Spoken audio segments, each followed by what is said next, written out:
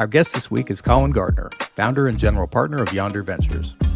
Colin's a marketplace geek with a fascinating career that began in the Federal Reserve, veered into startups, and now he runs his own venture firm focused on pre-seed marketplaces.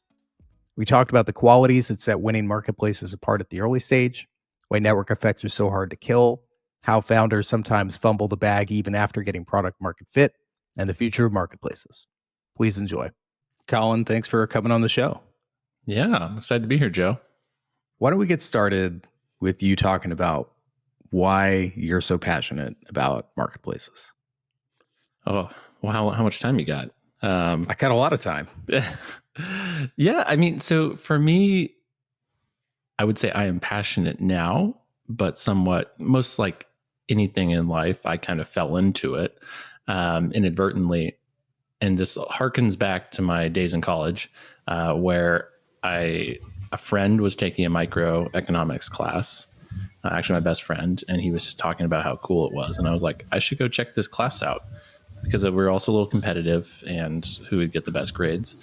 So I went and took a microecon class, and I thought it was like the greatest thing I had ever learned in my life, and dropped my political science major and went all in on econ with 2 years of school left.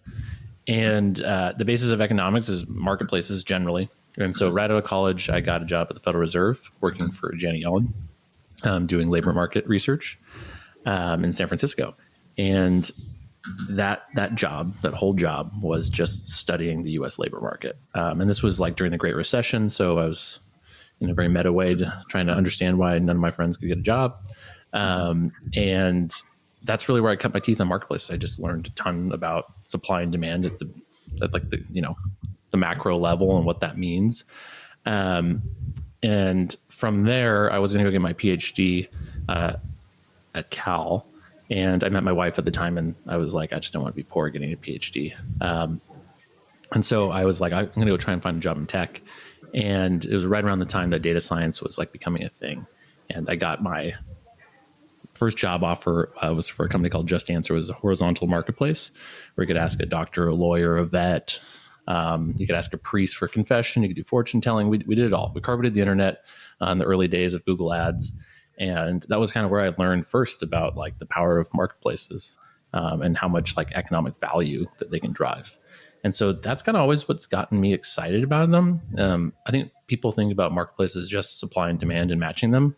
But what really gets me excited about the big picture is that marketplaces create new economies. And specifically, if you look at things like Airbnb and Uber, they've fundamentally changed the U.S. labor market and the U.S. economy, and just like in what they do. And so that's what gets me excited and gets me out of bed every day. I hear founders and investors talk a lot about network effects, and they're often confused, I think, about what scale benefits look like or scale advantages and what network effects look like and word of mouth. And I think these things blur together sometimes. And maybe just to set a baseline, what does a network effect that's firing on all cylinders look like to you? Yeah, so it's a big one to unpack, but let me start. I think one thing that's important is economies of scale and network effects are complementary, but not the same thing, right? And to me, a network effect is really about, does like the relationship between people and participants in a marketplace strengthen the more activity and the more people that join, right? And so that's essentially like, does the network actually get stronger with more participants involved? Whereas economies of scale is a little bit different, right? That means that you can essentially drive down the cost, the incremental cost of production or selling or whatever it might be as you get bigger. And so network effects help to strengthen and to get you big, but they don't necessarily drive economies of scale, right? That comes with like just certain business model types. And so I think those are like two big things to think about that are different, and not to conflate them. But to me, like what a really good network effect looks like at scale is like, you're basically a monkey on a rocket ship, and you as a person can do no wrong to hurt your company because it is just growing on its own. And all the great marketplaces I worked at, it's kind of felt like it's grown despite us rather than it's grown because of us. And I think that's like a really good litmus test, is like, if there's so much market pull that this thing is just growing rampantly, you're onto something. If you're like trench warfare every day to keep it going, and there's not that market side pull, like as you get more scale, then I think there's really not a network effect forming. And I know that's not a scientific way of saying that, but that's just like the feel. Like when your hands on the drive, like steering wheel, that's what it feels like. The car's accelerating and you're just holding on and trying to make sure it doesn't go, the wrong direction. One thing that's tricky about investing in marketplaces and ventures, they tend to be really binary situations. Either it tends to work as you're saying, there's massive market pull and you hop on and you're there for the ride, or you build the product and people just don't use it. There's just not interest. People don't care. But at the point where there is clear pull from the market, from a venture perspective, the tricky part, if you're coming in at seed, and I know you're pre-seed, we'll get into that, but if you're coming in around seed, is that investors will then dogpile into situations where there is traction. So I'm curious how you approach that, given that dynamic and how that's kind of unique within venture because of the business model and how you like to find your sweet spot as an investor. Yeah, I think there's a lot of angles here on this. I think the most important thing to me about a marketplace, just overall, or there's probably two big buckets of things that I care about. One, are you aggregating supply that wasn't otherwise available, right? Was it really disparate? Was it really heterogeneous? Like, is it just hard to find and hard to aggregate, though it is highly in demand? I think that is like one of these like base pieces that's really important. But two, you also have to be able to aggregate demand at scale, like really effectively. And so when I see things that don't work, they typically fall into one of those buckets. They either demand was too expensive, and that's just a fancy way of saying they couldn't crack the nut on how to acquire people effectively. And there probably is a way, they just didn't figure it out in time. Or they weren't like acquiring supply that was actually really unique and really like actually in demand. And so I think that's how I think about it. Now, in terms of timing, kind of your point, seed is almost like a lot of traction for a marketplace because product market fit for marketplaces is transactions. Right? If you're not getting transactions, you're not matching supply and demand, you don't really have product market fit for a marketplace. It's not actually about like the physical product online, like very similar to SaaS products. It's actually about the transactions themselves happening and being able to make those happen. And so for me, if you've already gotten to a point where you're seeing kind of transaction scaling, it's almost too late in some sense because everyone else is going to be able to recognize it too, because it's like a very strong product market fit signal. And so to your point, seed is actually kind of a crowded space for marketplaces. There's so many firms that spend their time there with good reason, right? It's like easier to spot, like there's like potentially good risk return, reward ratio there. But at the same time, it's also more obvious, right? And so therefore it can be more crowded. And so that's what's kind of always led me to go earlier. One, I like early stage. I really like the 0 to 1. And as a builder, previously, that's where I want to spend my time and energy. But I also think it's like just, that's a greenfield opportunity with not much competition. It's not the bloody ocean that seed is. Yeah. And it can change so quickly. And I'll give an example of company where we have a mutual rooting interest, but I won't name names. But somewhat recently, I started talking to the company. I got really interested and I felt like it was strange that more people weren't interested because they'd moved into a second market that was going gangbusters. And that was a bigger market than their first one. Unit economics were great and many positive things that we really liked. We were going to, when I say we, Seaplane was going to put together or price like a small round for this company. Not too long after, a bigger investor came in, was going to set a price, and I'm like, great, I'm happy. We're going to be along for the ride. Weeks later, yet another investor who was 3 times as large came in and was going to set the price. We ended up being part of it, which is great, but it was just a classic example of at seed with these marketplace models where if you have traction and people are paying attention, it's amazing how much investor demand can rally together quickly when people see traction and the network effects starting to take off. that it's been 100% my experience. I mean, I kind of see it almost the time lag between pre-seed to seed in marketplaces is really narrowing in my experience. There's been a lot. I'd say even like for Yonder, the portfolio, it's like at least 50% of it.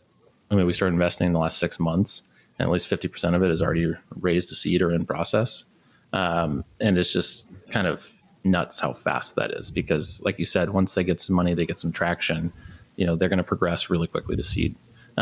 It's like, doesn't take many like 20 to 50% month over month growth and kind of top line GMV for these businesses to get like really interesting really quick. And to your point, people want to hit that like price multiple that where they can actually return like value at seed. And that means you got to be like pretty on the ball and identifying that moment, because as soon as they like, go past $1 million a month in GMV, like that multiple starts to creep up really quick. And then it becomes harder to play that game like at the seed level, unless you're writing like a pretty large check and okay and comfortable with like, 20 million plus kind of valuation. We like marketplaces. We know other people in the club who do, but for every investor I know who's into marketplaces, it feels like I know 5 who are into SaaS. I like SaaS too, but I'm curious from your perspective, why do you think interest in marketplaces, despite so many positives, is so much smaller compared to what you'd see for SaaS? Not to knock SaaS, but I kind of find B2B sales to be boring, honestly. It's not something I'm super interested. I would say I even have like a bent towards consumer marketplaces. Like, just if I had to go pick one to work on, I would probably do something there. And I just love scale, like of like influence and people. And yeah, some B2B businesses get there, but there's just so many consumer marketplaces and platforms that touch like nearly everyone. And that to me is exciting. Like, that's what I really gets me out of bed, is like, that's really cool to build a business that does something like that. And so what am I chasing with Yonder and investing is like literally like what businesses can touch every person in the world. That's exciting. And that's what the power of marketplace is. So that would be my 2 cents on it. I also just have not like, I just don't have that much experience personally doing like B2B sales and in like a SaaS perspective or enterprise. So like when people ask me about that, I'm like, I just can't give you great advice there. It would just be like whatever someone else has said. So that's like largely a big part of it too. One of the reasons I'm really into network effects is just how durable they are and how tough marketplaces are to kill. And I thought Airbnb and Booking would be a great example. So Airbnb is one of the great venture success stories of generation, massive success, upended the hospitality industry. And to get back to a point you made earlier on, aggregating supply that wasn't there or bringing new supply to market, they're probably as high on the list of achieving that as someone you could point to. And yet Booking.com, which people don't think of as particularly sexy, has been a 59x in public markets since Airbnb was founded. And you would have assumed that Booking would have taken it as hard as anyone from the rise of Airbnb. And yet the network effects around it have proved remarkably durable. Why are these OG marketplaces and network effects so hard to kill?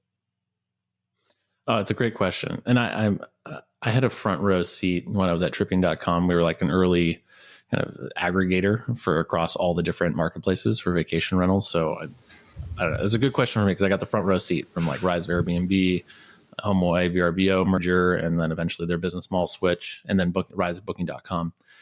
I think there's a lot here to unpack. Booking.com specifically, for those that don't know the history, is really a conglomeration of a number of different companies: Priceline, Kayak, and Booking.com out of the Netherlands, which is cool, but European based. So a very different customer set originally than say for Expedia or something like that. And so I think, largely for Booking.com, if we're talking about that example, they went out and got a lot of the local hotels in Europe, right? And so they were onboarding this supply that, wasn't necessarily online bookable. And they had kind of a unique model where they were invoicing. So they didn't do like just a like this like straight credit card payment model, right? They would actually take the payment and they could pass it along, but also an invoicing model after the fact. So that was kind of how they handle it. But they went out and like essentially brought on this really great inventory that wasn't otherwise available. And so their customer set was a lot of internal Europe, but also, Americans that ended up going there. And so they built this like strong network effect around that. They've also taken a very like Amazon-esque approach to everything, where they're basically like no questions asked, like refunds and cancellation policies. So from that perspective, just a really interesting like model. But again, I think it gets back to they were really good at aggregating demand at scale, and they acquired inventory that other people didn't have, which essentially sets behavior for people. And I think Airbnb had the same thing, but mostly, it ended up being in the US market and then international. And so, like that for them, like was like really like allowed them to build their network effect and made it really durable. But I think it's just overall, like at some point you kind of attenuate human behavior to a certain brand search or a certain place. And that's what ends up becoming really hard to break. The interesting thing though, is like, I'd say the multi-homing in this space in particular. So like the ability to list on multiple sites is actually really kind of rampant. And in some ways that plays to the biggest players no matter what, because they will essentially soak up all the supply across all the different platforms. And what that means then is that they're kind of one-stop shopping, right? And so it just keeps reinforcing that network effect. And that's largely the reason in my mind. I hear folks sometimes talk about marketplaces having to choose on supplier demand and having a preference of which one they're going to take more care of. And to use Airbnb as an example, they're well known for taking good care of the supply side. There are different ways you could frame that, but probably the most like specific example that proves it out is cleaning fees, which annoy customers to no end and seem really egregious sometimes, and yet they've tolerated it. And I know they've made some effort to try and tidy that up, but tolerated for a very, very long time, even though it annoyed customers in the demand side pretty strongly. Do you feel like that's a false choice, or do you think there's something to kind of making a bet on which side of supplier demand you're going to put more care into? Yeah, I think in the long run, demand aggregation at scale is realistically what ends up mattering, because the supply will seek out the demand. And so I think to get started, like this question of the chicken and the egg, getting really unique supply is really important to get going. But as you think long run, it's really about owning demand side aggregation. And I think that is where you see everyone lean into, because it is like successful over time. The supply side will just put up with it, honestly, because if you're filling their calendar, it is what it is. Right. The cleaning fee one's like a little bit funny, because I would almost frame it as good for the supply side, because there wasn't necessarily a take rate on the marketplace side from the cleaning fee. Right. So some people game the system of basically upping the fees so that they don't pay less on essentially the fee to the marketplace. So, largely that's just like in my mind, an incentive issue of like how you set it up. So if they had just taken, because you don't take a take rate on like taxes and ancillary things like that. I think if you changed how you do your take rate, you may see that cleaning fee change or things like that. So that's an incentive issue in my mind. But overall, I'd say the marketplaces that win are the ones that can do demand at scale and do it cost effectively. Like that's going back to the booking.com example. They're just known for being like amazing at conversion rate optimization, and therefore being able to be really effective at paid search. They're a massive part of Google's spend. And I just think that those are competitive advantages. Like if you can own those things, you can win, right? And the demand or the supply will come to you in a lot of ways. What's the biggest mistake you see marketplace founders make when they're trying to establish product market fit? The big thing that I see a lot of people doing is spending a lot of time on product and like the actual product experience without proving out that they have something when it comes to supply and demand matching. Like that's like the number one thing for me, is that if you really don't have like a strong supply set that the demand is like seeking out, you're just not going to win, no matter how good your product is or anything like that. I just don't like, that's my big litmus test, is that there should be market pull. Like as soon as you start offering supply that is like really unique and essentially maybe underutilized or just not accessible, like typically, you're going to find that the demand is pulling you to bring more and more of those assets online. And if you don't have that, it doesn't matter what else you do. Like you can maybe band-aid it with like lots of demand, right? But I wouldn't say that that's going to end up being an amazing business, because you're essentially trying to push demand into a commodity supply set, and that can be really difficult to do unless you have some like unique advantage that other people don't have. And what about scaling that marketplace? So there's product market fit, or at least clear evidence of it. Where do they get tripped up? I think a lot of people, or maybe to get back to what you were saying earlier, where do they trip up the motion that's already there, the pull from the market? Like how do they fumble the bag? I think the bag typically gets fumbled. They've already started, they've raised money, they've gotten growth, and then they probably fumble it on overspending on acquisition and not really understanding the unit economics behind the business. I think that to me is like a very typical scenario where, like, I mean, why do most startups fail? It's because they run out of money, right? And cash is oxygen. When you run out of oxygen, you'll die. And so one of the things that I see predominantly with marketplaces is it comes down to, can they effectively acquire demand at scale? And if they are like, we need to grow for whatever reason, and we're spending on the demand side, whether it's paid search or otherwise, they end up, spending way too much and not being able to get those unit economics working. And so kind of the flip side of that is, can you actually set up really good, like organic flywheels from the beginning for acquisition? And so the flip side of this is like, yes, the issue that I see most of the time is they spend too much time and energy on the dopamine hit of like paid search, paid social, all these things that are just like instant. But they don't really go back and actually set up fundamentals of the business that are really powerful flywheels, like referral, word of mouth, direct, organic. Because, kind of my pattern match is that at scale, specifically consumer marketplaces, probably have to be 60% plus, and if not more, direct, organic, referral, word of mouth to make the CAC work. So setting those up early is critical, is my point. What does the future of marketplaces look like to you? Oh, this is a good one. The way I've framed it, and where I've had personal success building businesses, is really what I would consider this like marketplace 3.0 era. And we'll go into this, and it's like what I call the marketplace plus model, where it's marketplaces plus something else. So whether it be, and it's very similar to like Chris Dixon's, come for the tools, stay for the community, come for the community, stay for the tools kind of thing. And the point is that if you can build something of value to create a wedge into one side of the marketplace, you can layer a marketplace on top of it much more easily. And so let me give you an example. Businesses like Airbnb or Booking.com, they rely on having the calendar being up to date and available and prices being accurate, right?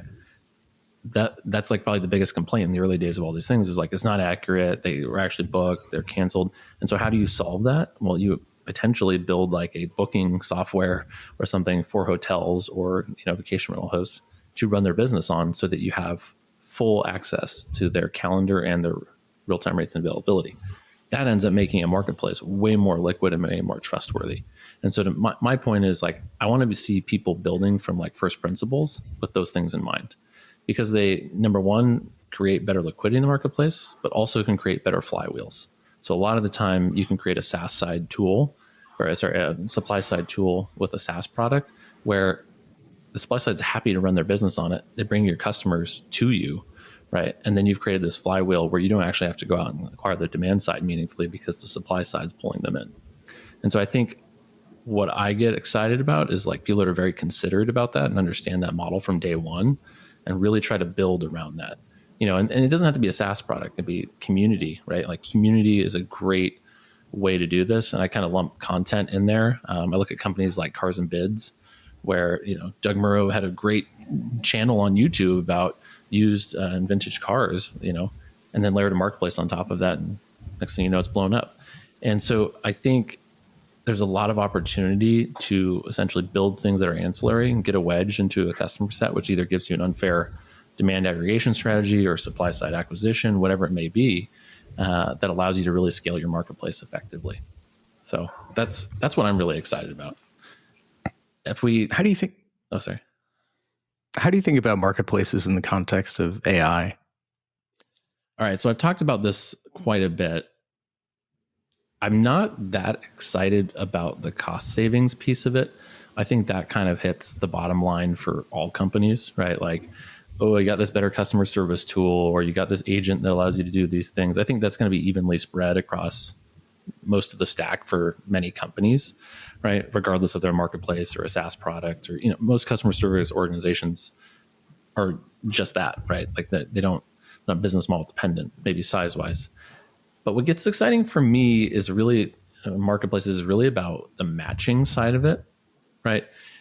AI has the potential to do supply aggregation at scale, like really well. And I haven't seen that happen. It also has the potential to do search really well. So taking lots of inputs and preferences and spitting out recommendations.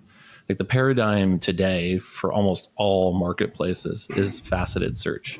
I select, my dates or my preference, like whatever category, price range, all these things. Like I put in all these inputs and it just filters, right? Like that's the idea. I think there's a lot of potential for like more AI native search. And a lot of people have tried to do similar things like this, but I think we're entering an era where this actually becomes a reality, where you can take a lot more semantic kind of information and spit out much better recommendations. So that's what I'm excited about. I'm also excited just about supply side aggregation at scale across the internet. Go find all these things for me and list them. You're an operator. Now you're an emerging manager. You have your own venture firm, which means you're an operator and you're an investor. What's that journey been like for you? Yeah. Again, I don't know, all the great things in life I've fallen into somewhat. I don't say I'm like had some roadmap planned, but I left Outdoorsy 2+ years ago. And in that time, I've gotten the pleasure and the honor of working with like 30, 40 different marketplaces. And so I've gotten to see a lot. And one of the things that was very clear to me on all that was early stage companies need two things: expertise and money.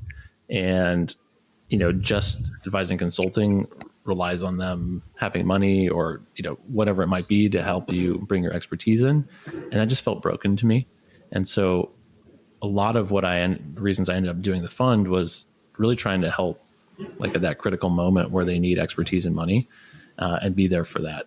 But I really got into it because I was working with companies that were doing great and they wanted intros to top tier funds. I was making them and I was like, man, I want more exposure in this. So literally a friend told me, he was like, you should check out an SPV. I typed 3 letters into Google and that was how I kind of got off to the races on this. And I did my first SPV December of 2022, if I remember correctly. And I was like, man, I love that. That was fun. I love talking to potential LPs. I love pitching the company's story, and really kind of being like a wingman, co-pilot, whatever term you want to use for the founder on this. And it was kind of a natural extension of what I had done at different marketplaces, as I'd kind of been right hand of the founders for, fundraising, growth, all of it. And I just was kind of attenuated to it. And it was like something I was good at. And so I had a number of LPs that were, wanted to do more deals. And so the next year I did, I think 8 more SPVs. And I had a number of LPs come to me and say, hey, you should do a fund. You're doing this on hard mode. You're investing in pre-seed companies that have no name investors and very little traction. It's very hard to convince people on a like deal by deal basis to come invest. And I was like, yes, these are all very true statements. And so around Christmas of last year, I had one of my first checks into the fund was like, so are you going to do this or not? And I was like, all right, I'll do it. And so we kicked off in January of this year. I did my first close in April after starting fundraising in March. And it's going well. We've invested in 6 companies so far. What I've learned from that, starting companies is hard. Starting fund is hard. The difference I would say is like fundraising for a fund is much harder than it is for a company. The surface area of investors that will invest is smaller than people that will invest in a company. That being said, operating a company and growing it is much harder than operating a fund. And there's just a lot of tooling and kind of commoditization of the actual like fund admin and things like that. There's a lot of support there. Not that investing and picking great companies is easy, but I would say that overall, after you've raised the money, the fund is an easier path. But the fundraising path is like no walk in the park. And so I would stress to anyone that's thinking about doing that. A lot of people are like, hey, I need to go talk to 100 founders before I come up with my fund idea. And I'm like, yeah, I mean, that's probably smart, but you probably need to go talk to 100, 200 LPs and get some relationships set up so that you're even ready to go fundraise, because it could probably take you years if you don't have that already set up. And I know some wise people have told me that fundraising is the easiest when you've made other people money already. And I'd really stress for people, anyone thinking about becoming an emerging manager, have you made anyone any money? And if the answer is no, like maybe you'll be fine fundraising, but it's going to be a lot harder. I'll second all that, by the way. I can relate to a whole lot of it. What's a conventional view in venture that you think is BS? Oof. One I hear a lot around marketplaces is that marketplaces require a lot of money to scale, and therefore that's like not necessarily a good investment. I do think the era that we've been in the past 10 years has been a capital ripe environment. And so a lot of what the product of that is, a lot of companies use a lot of capital to grow. But I don't necessarily think that marketplaces in and of themselves are more or less capital efficient than other businesses. I think a lot of like what the evidence set for that is just a product of the environment we've been in. Some other conventional wisdoms in venture, which I think are, there's so many. I think the things that I think about a lot of now that I've set up a fund have been portfolio construction around like what is the right portfolio and like how to think about it. I think there's like a very conventional wisdom right now that concentration is really like the right strategy. I think there's been maybe in the past, I'm not an expert in venture, but in the past, 10 years, there's been a lot more proliferation of like these accelerators / like large early stage funds that do lots of smaller checks across many companies. And so they have like really huge diversified portfolios. I think the problem with that model is that the required exit to even return the fund just 1 divided by n of the companies that you're going to do, right? And so if you have 100 companies in your portfolio, one has to return 100x to even to break even on the fund if you're like equally weighted. So I think that's a flaw in that model. That's something I struggle with. But then conversely, all the way to the diversified side or the non-diversified side where you have a concentration, I think it's harder to do concentration at earlier stages because you have less proof points, less repeatability that's obvious.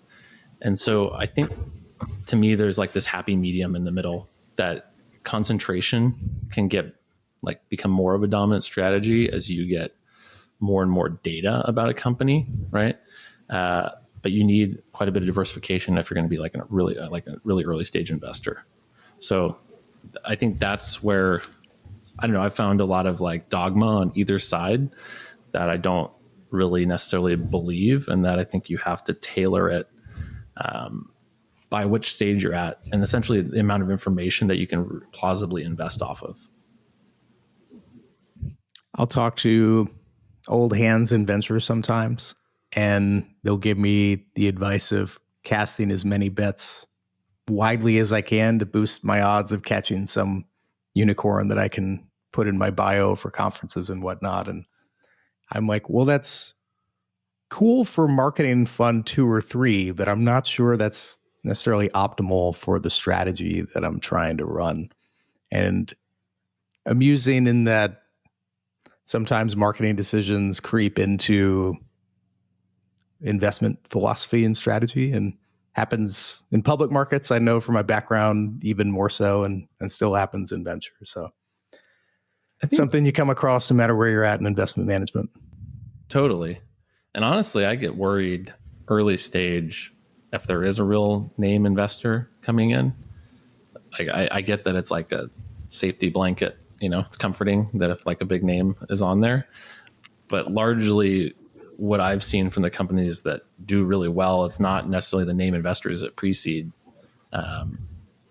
Definitely as you get further along though, you like most successful venture backed companies are going to have had one of the big firms invest in them as you get later on. And so I consider it like one conventional wisdom I'd say is like a pre-seed that you need a name investor. And like, that's, I think, largely not true. I think every stage you go further, the pedigree does matter more. And so I know that's one thing I would like always stress to people is that don't sweat it at pre-seed, get the money where, it's the right fit.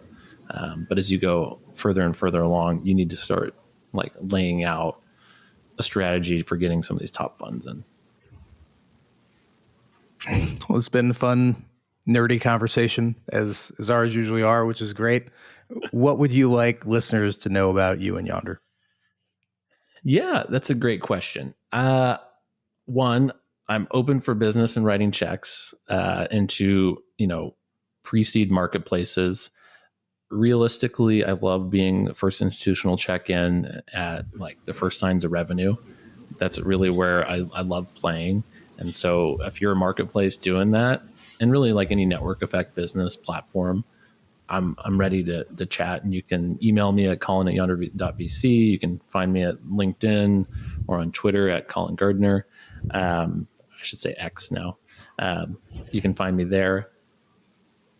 That's what I would say. I also write quite a bit about marketplaces at gardnercolin.com. So if you want some more like insight from an operator's perspective on how to build marketplaces, that's where I would go for that information. And yeah, I'm here to help. Great. Well, thanks again for coming on the show. This was fun. You're such a great thinker on this space. I'm glad listeners got to be along for the chat. Thank you for having me, Joe. Hi, Joe again. Thanks for watching the show. If you'd like more of this in the future, subscribe to our channel. If you'd like to learn more about Seaplane Ventures, just check out seaplaneventures.com. Cheers.